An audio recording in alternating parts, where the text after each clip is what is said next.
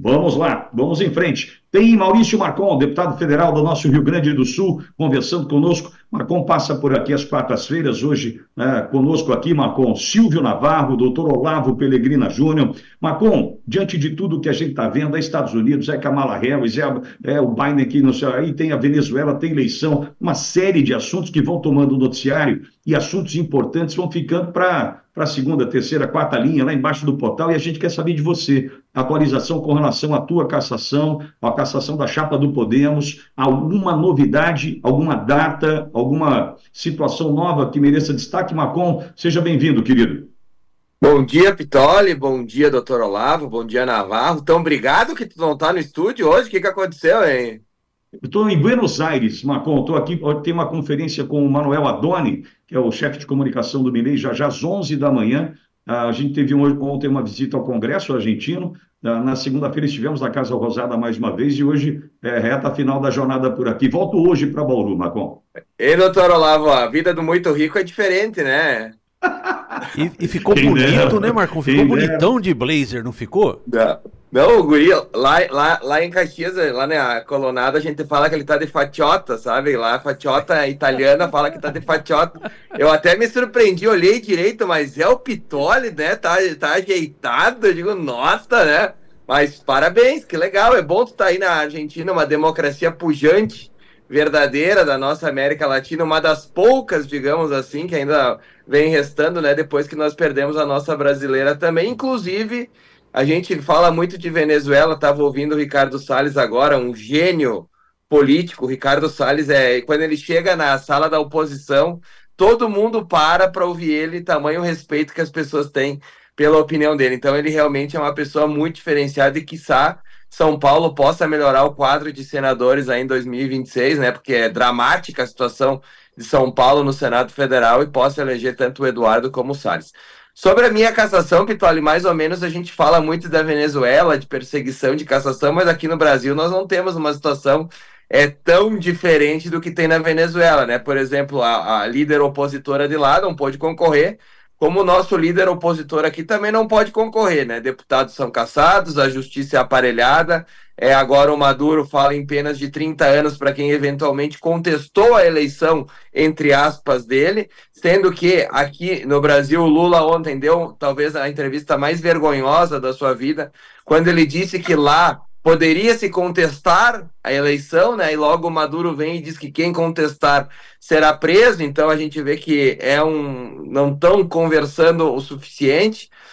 Descobri ontem também que o Gayer e mais outros deputados já estão com o processo no TSE também para serem cassados. A questão do Gayer é um pouco diferente, porque ele foi absolvido no TRE, então acabou que não teve uma exposição tão grande. Doutor Olavo, o mau caso dele lá é que uma mulher desistiu da candidatura faltando 12 dias, e a chapa não cumpriu com os 30%, então a gente tem outros deputados também perseguidos no Brasil, que é normal em regimes não democráticos, que é o que a gente vive hoje no Brasil. Eu acho que a posição do Lula, Pitoli, Navarro e doutor Olavo e ouvintes, ela reforça aquela narrativa que a gente já vinha falando aqui, mostrando factualmente que o Brasil se afastou das civilizações no mundo, né, dos países democráticos, ao ponto que nós agora temos um presidente que nos alinha com o Irã, com a Coreia do Norte, com Cuba e dentre outros países que não respeitam os direitos humanos e a democracia. Então agora a gente tem uma situação que caiu as máscaras, né? Nós que fomos acusados por tanto tempo, Pitoli, de fascistas, golpistas, e um monte de coisa aí, agora fica bem claro quem realmente defende golpe, quem realmente defende ditaduras. Eu acho que o Lula está numa posição muito complicada, eu acho que tem muita coisa por baixo dos panos que nós não sabemos. Não é normal ele queimar todo esse capital político colocando o PT no colo de uma ditadura desta maneira. Deve ter algo muito grande que nós não imaginamos, porque eu não consigo entender o cálculo político dele reconhecer uma farsa, que é o que está sendo produzido agora na Venezuela, né, enquanto Maduro está produzindo os boletins de urna, sendo que estes já existem e foram divulgados de forma muito transparente pela oposição. Todo mundo civilizado concorda que houve uma fraude e nós, o maior país da América Latina, em tamanho, não mais em relevância, estamos passando pano É tamanha vergonha, Pitoli, é tamanha vergonha que a gente vê jornalistas e outrora youtubers, influencers que fizeram ela e apoiaram pela democracia, entre aspas, né, aqui no Brasil, a gente vê eles pulando do barco assim como o rato pula para o esgoto quando se sente ameaçado. Então é uma situação constrangedora, eu acredito que isso vai refletir nas eleições municipais, porque lá em Caxias, por exemplo, onde a gente tem um jornalista do principal jornaleco lá da cidade, que ninguém mais lê, mas ainda tem uma tiragenzinha de 2, 3 mil, ele falava abertamente que o campo da esquerda era o campo democrático, o campo que defendia as liberdades, toda aquela ladainha que a gente sabe que não se sustenta aos fatos. E hoje esse jornaleco não trouxe uma frase, uma vírgula sobre o que tem acontecido na Venezuela. Então a gente percebe que a vergonha e o constrangimento gerado pela posição do PT e do Lula, elas vão muito além do que os próprios jornalistas imaginavam. É indefensável o que a gente tem visto. E as imagens correm, Pitoli, tu deve ter recebido, coisas que não vão para a internet, de pessoas mortas na rua, de venezuelanos apanhando, sendo sequestrados. Não é uma situação normal como o Lula prega e como tenta vender para a comunidade internacional. Então eu não sei como isso vai se desenrolar. O que a gente tem de certeza é que a imagem do Lula como democrata foi ferida e eu acho que não tem volta essa imagem e nós viveremos no Brasil talvez um aumento da perseguição justamente para tentar salvar a imagem do líder que hoje se mostra um líder fantoche de uma cadelinha, digamos assim, de um ditador aqui do nosso vizinho. Silvio Navarro, Marcon, está na tua escuta, Silvio. Deputado, bom dia, bom revê-lo. Deputado, eu concordo, eu acho que o rei está nu, mais do que nunca, né? Até para quem via nele ainda alguma roupagem democrática. Eu acho que isso tudo ficou pelo caminho definitivamente com a nota do PT e a posição do presidente, né? Nessa entrevista a uma afiliada da Rede Globo ontem. Até porque o Lula é o czar do PT. Nada sai da executiva do PT, da direção, sem o aval do Lula. No entanto, eu também tenho observado alguma reação na própria mídia tradicional no Brasil, crítica. Editoriais dos jornais hoje são críticos ao Lula, ao PT, alguns jornalistas que até meia hora atrás, né, até ontem, anteontem, se posicionavam a favor do governo, também parecem ter ficado um pouco mais reticentes. A exceção a gente sabe qual é, e é um malabarismo retórico da Globo News que tenta taxar, né, o Maduro de direitista, de bolsonarista, uma pirotecnia que já até falamos aqui ao longo dessa manhã, deputado. Mas a pergunta para o senhor é a seguinte: será que esse consórcio de apoio ao Lula, e aí tem cortes superiores, tem o judiciário, aí tem a imprensa tradicional, será que isso não começa a rachar essa base de apoio que ele tem diante de uma declaração como essa, que coloca o Brasil, vou repetir aqui uma expressão já utilizada, no momento mais infame da nossa diplomacia? Bom dia, Navarro, mais uma vez. Primeiro que a gente tem que lembrar ontem, Pitoli, Olavo, ouvintes, que após sair a nota do PT ao longo da manhã e até a fala dele ontem à tarde, muitos puxa-sacos, cupinchas, que quiseram dar a informação que Lula não teria concordado com a nota. Vocês devem ter visto isso, saiu na imprensa, que foi uma surpresa, que o presidente não sabia e que havia rachado o PT. Depois da fala dele de ontem, toda essa narrativa, mais uma vez, foi para o brejo, porque, obviamente, ele endossou a nota e foi mais além. Ele disse que considerava normal a situação da Venezuela, mesmo as imagens mostrando que de normal não tem absolutamente nada. Milhares e milhares de pessoas nas ruas, inclusive me chamou a atenção um cartaz que dizia o seguinte: já nos roubaram tudo, inclusive o medo. Então, mostrando que as pessoas que estão na rua, elas não têm mais medo de nada, até porque, né, Pitoli, elas não têm mais nada a perder. Não existe mais, a dignidade já foi perdida, né? A partir do momento que tu escolhe se tu vai dar janta ou almoço para o teu filho, tu não tem mais nada a perder. E essa é a situação venezuelana hoje, provocada por modelo econômico defendido e aplicado aqui no Brasil.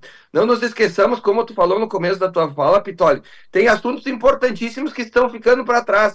Nós tivemos no primeiro semestre um déficit de mais de 60 bilhões no Brasil. A nossa moeda vem se desvalorizando, o Brasil vem pecando. O Brasil hoje é um pária econômico, o Brasil é uma vergonha, o Brasil não tem sustentabilidade a médio prazo. E o que aconteceu na Venezuela, na miséria, se Lula permanecer no poder por 25 anos, como o Maduro e o chavismo estão, nós viveremos a mesma coisa. Essa é uma realidade, né? Então, quando tu me pergunta assim, Navarro, se a gente vê uma quebra, olha, eu acho que aqui o Pitoli, não sei quantos anos ele já está no rádio, pela barba branca deve fazer algumas décadas aí, né? Mas se constrói credibilidade ao longo do tempo. E a credibilidade após perdida, tu não a recupera. A gente tem situações já vividas no Brasil. Existem jornalistas que mudaram de lado, empresas que desapareceram justamente porque perderam a sua credibilidade. O que a gente tem visto na grande imprensa nesse momento é um dilema entre ou pegar o dinheiro público e pensar no curto prazo, ou vender a alma para o capeta e sumir ao longo prazo. Porque as pessoas não vão mais dar ouvidos para a Globo News. É uma prova, tu citaste a Globo News. A Globo News hoje ela sobrevive de recortes que estão na rede social. É isso que ela sobrevive. Saiu Cantar Ibope mês passado, ela tem 21 mil visualizações em um dia, 21 mil TVs ligadas, o que é nada para a televisão, absolutamente nada. Ou seja, ela sobrevive do dinheiro do governo, mas vai chegar uma hora, Navarro, que o governo vai olhar e vai dizer, poxa, tem 5 mil pessoas assistindo isso aqui, eu estou despejando milhões, não faz sentido nenhum, pode fechar essa merda aí. É isso que vai acontecer, né? Então, nós vivemos um momento de ruptura de narrativa, né? Foi construída uma narrativa pela imprensa, pela grande imprensa nos últimos anos, que o Bolsonaro tentaria dar um golpe, que o Bolsonaro eventualmente não aceitaria o resultado das eleições, e o que a gente tem visto hoje é que quem tenta dar um golpe, quem passa pano em golpista é o Lula, ou seja, é aquele centro democrático que se chama, aquelas pessoas que decidem propriamente a eleição, e a gente sabe que não somos nós que decidimos, nem os fanáticos de esquerda, quem decide é o centro, muitas vezes levado por essa imprensa. Eles estão nus, como tu falaste muito bem, né? Eles estão... e tu quer a maior prova disso é tu entrar no post do Lula sobre a Venezuela ou entrar no post da Gleice sobre a Venezuela e ler o comentário dos petistas. Existem comentários, e eles são muitos, e eu fiz esse exercício, e revoltados com a situação, dizendo, inclusive, que a narrativa foi pro brejo, que em 2026 perderam a eleição por causa disso. Então, eu volto aqui num ponto que não está sendo muito discutido. O que Lula deve a Maduro, que nós não sabemos, para ter uma vassalagem tamanha a ponto de comprometer a próxima eleição dele, tá? É isso que a gente está vendo, porque os Estados Unidos, o Ricardo Salles falava muito bem, a postura americana vista hoje sobre a Kamala e sobre o Biden, querido, acho que, né, não sabe mais nem se é dia, se é noite, mas a Kamala Harris, que foi considerada a mais esquerdista do parlamento americano, ela é uma postura de covardia e de tipo, deixa a coisa acontecer. Trump não terá essa posição. Então a cartada mundial, ela acontece em novembro na eleição americana. E o Brasil corre seríssimo risco de, em tendo sanções venezuelanas, e nós não respeitarmos as sanções que os Estados Unidos possam implementar a Venezuela por causa do rompimento democrático agora de forma flagrante, nós podemos, mais do que nunca, estar expostos às sanções americanas. Aí vocês vão ver a porca torcer o rabo, porque daí a coisa realmente é grave. Perdão, Marcon. Não, desculpa, eu falo bastante, desculpa. Não, eu achei que você tivesse concluído, pode concluir, por favor. Não, conclui, meu amigo, vai lá.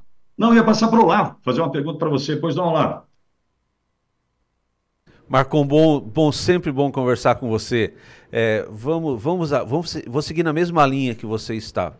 Você mencionou então que temos presos políticos na Venezuela, temos presos políticos no Brasil, temos mortos na Venezuela, temos mortos no Brasil. O Silvio estava comentando agora há pouco do plano de poder, né, que a esquerda no Brasil defende, né? Só lembrando, já Dirceu escancarou essa questão, né? Aí, o presidente do STF, ministro Barroso, falando no estado de São Paulo ontem, disse assim, olha, no Brasil não há risco de acontecer o que está acontecendo na Venezuela hoje. Dá para acreditar, Marcon? Olha, doutor Olavo, vou lhe dizer o seguinte: primeiro que o Barroso é o cara do perdeu mané, né? Então, e derrotamos o bolsonarismo. Então, mais uma comparação que tu pode fazer com a Venezuela é um Supremo Tribunal Federal quase que na sua totalidade, com exceção de 2 ministros ali, alinhados ao regime. E a gente tem, quando tu fala de preso político, a gente não pode esquecer do Felipe Martins, que eu acho que digamos assim, o baluarte do absurdo, né? Porque ele foi preso sob acusação que teria ido aos Estados Unidos, já foi provado que ele não foi por diversas frentes, e o ministro Alexandre de Moraes mantém essa prisão autoritária, arbitrária, sem qualquer sentido aqui no Brasil. Isso para citar um caso, né? A gente tem dezenas de outros casos, centenas de outros casos. Então, a comparação com a Venezuela, ela é muito grande. O que a oposição fez na Venezuela que eu achei muito interessante? Vocês devem lembrar que em 2014 houve um movimento de menor proporção no Brasil, que é pegar as atas, né, e colocar à disposição para tu cruzar os dados. Porque lá a fraude não aconteceu na máquina, até porque os Estados Unidos, no acordo que fez para ter uma eleição e soltar um pouco das sanções que a Venezuela tinha, exigiu que tivesse o voto impresso. Tanto é que o Maduro, inclusive, riu do nosso processo eleitoral, que não tinha como tu checar a questão da votação. O que a oposição fez lá, já com 25 anos apanhando? Eles pegaram todas as atas, e a Maria Corina tem um site, inclusive, divulgado pelo Elon Musk, inclusive, que fez muito mais do que a ONU, inclusive, até agora, mostrando, né, tem a fotinho lá, e tem as totalizações, tem tudo certinho, de mais, acho que cerca de 80% das urnas na Venezuela, o que mais ou menos a gente sabe, né? A pesquisa é feita com 3, 4 mil pessoas e mais ou menos tu tem um resultado. Com 80%, tu tem um resultado quase que certeiro. Então, o que foi feito na Venezuela? A oposição se reuniu e fez isso, né? Ela conseguiu montar um site, doutor Olavo, que a gente precisa montar em 2026 também, com todo mundo se comprometendo aí nas sessões eleitorais. Para quem nunca acompanhou o fim de eleição, quando termina a eleição, o presidente da sessão imprime, né, na maquininha a totalização dos votos e pendura na porta. Isso é um praxe já para todo mundo mais ou menos acompanhar. Então, que a gente possa, em 2026, inclusive para reforçar o nosso processo eleitoral e não ter dúvidas, né, e não ter mais um candidato da esquerda vencendo com 51%, que é uma coincidência que acontece em todos os países da América, que realmente a gente, se apostasse nas casas de aposta, quanto que um cara de esquerda ia ganhar aqui na América, nós estaria rico já, né, porque é só apostar em 51%.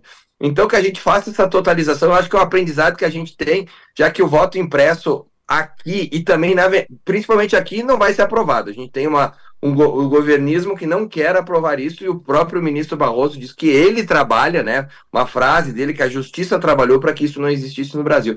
Mas essa totalização a gente poderia fazer de uma forma via site, para também trazer mais transparência ao nosso processo eleitoral. A pergunta que fica, Olavo, é a seguinte: em 2026 nós venceremos as eleições, eu não tenho a menor dúvida disso. A pergunta que fica é: Lula terá a mesma postura de Maduro, né, ou Lula permitirá que um novo governo assuma? Ao que parece, ter a mesma postura de governo de Maduro, perseguindo opositores, como tu bem falou que já acontece lá, até porque, pelo que a gente tem visto, a justiça brasileira persegue só Marcon, persegue só Bolsonaro. Janones, que é o maior propagador de fake news do país, não está em qualquer inquérito feito por Alexandre de Moraes, né? A Choquei lá, que fez aquele absurdo de mentiras, também não entrou, né? Dentre outros absurdos vistos no Brasil que não entram em qualquer processo. Quem é perseguido é a direita, assim como é na Venezuela. Maurício Marcon conversando conosco. Marcon, mais uma vez, obrigado por estar por aqui na Ouro Verde. Uma ótima semana para você. Até a próxima quarta, Marcon. Obrigado, um abraço para vocês aí. Desculpa por falar muito, Pitoli, hoje eu tô meio empolgado. Que isso, Foi vacinado com agulha de vitrola. Fala bastante. Desculpa, um abraço para vocês, boa semana. Fiquem com Deus. Você está em casa, Marcon. Obrigado, querido.